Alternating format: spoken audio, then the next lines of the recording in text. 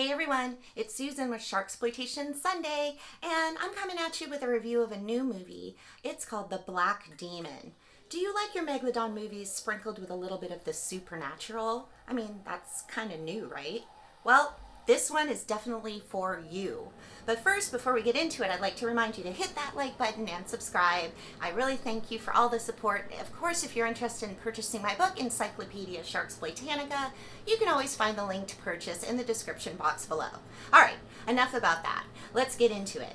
The Black Demon just came out recently this year and is starring Josh Lucas. Now, I don't know that much about him, but he's a character actor that's been in movies such as American Psycho, Poseidon, Ford versus Ferrari. I mean, I don't know.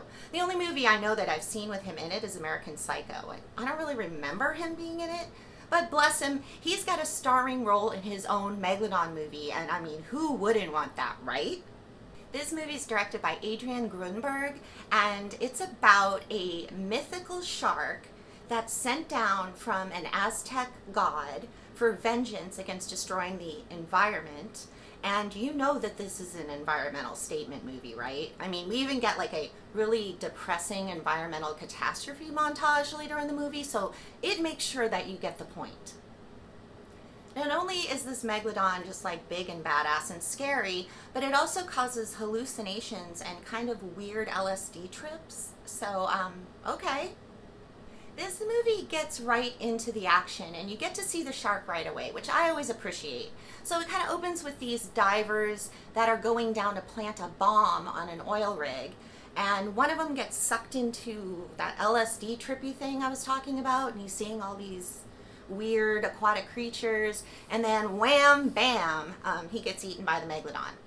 So what about this Megalodon? Well, it's not the worst one I've ever seen, and it's not the best. I mean, it's fine. It's your typical CGI Megalodon with scarring and bad teeth. It doesn't growl though, so I am very thankful for that. I have to say I didn't mind this movie.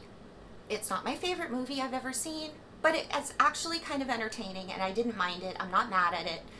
The only thing I would have to say is taking the movie down for me a little bit would be the main actor Josh Lucas's tendency to have a crippling lack of control over his acting skill. I mean, in some scenes it is required that he overacts and really hams it up, but do you have to do that in every single scene? I mean, it's quite something. You're a little like, whoa, Josh, whoa.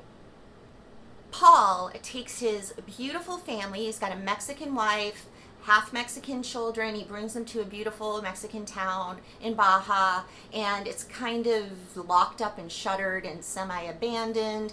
He gets called to this rig to check it out immediately, so he leaves his family behind in this really creepy town and goes off to the oil rig. And the boat driver that's driving him to the oil rig is like, only goes so far, and then he's like, I'm not taking you any further, Black Demon. And of course the guy was like, yeah, whatever. His family gets attacked by these really creepy people, and they have to get the hell out of there. So they end up hiring a boat guy to take them out to the oil rig, which is a super plausible way to get the whole family together on an oil rig that's falling apart and is really dangerous. So kudos for that. So now we have this whole family on this oil rig called El Diamante, and there's two guys on there. They're both terrified, and a little chihuahua. This oil rig is already in total disarray. It's collapsing. It keeps getting attacked by this Megalodon demon spirit thing. And of course, Paul does not believe any of this. And he's a typical white gringo coming into town, not believing the locals and their legends. And hard to argue when you actually look out and see a breach attack on a boat by a giant Megalodon. Yeah, they all have eyes on this. It's pretty clear that there's a giant Megalodon trying to kill all of them. Yet Paul just won't accept these explanations from the locals about what is really going on and the supernatural element behind it. And, you know, he's just a total dick. So it is surmised by our merry band of characters that only an ultimate sacrifice is going to drive away this demon and set everything right with the world. Oh, remember that bomb that was planted by the Eaton divers in the beginning? Yeah, that thing is still ticking away. So not only do they have an oil rig that's collapsing and a giant demon megalodon shark chasing after them, but they have this bomb that's about to go kaplooey at any moment. Shit. As you might expect with a shark movie, people fall in the water and, maybe they get killed, maybe they don't. I don't really want to spoil anything for you, but there is some element of danger, involved in this whole thing. And all the while, Paul Sturgis is just overacting and being a complete douchebag. Now, I already didn't hate the movie. It kind of has a high production value. Everybody except Josh Lucas is a pretty good actor.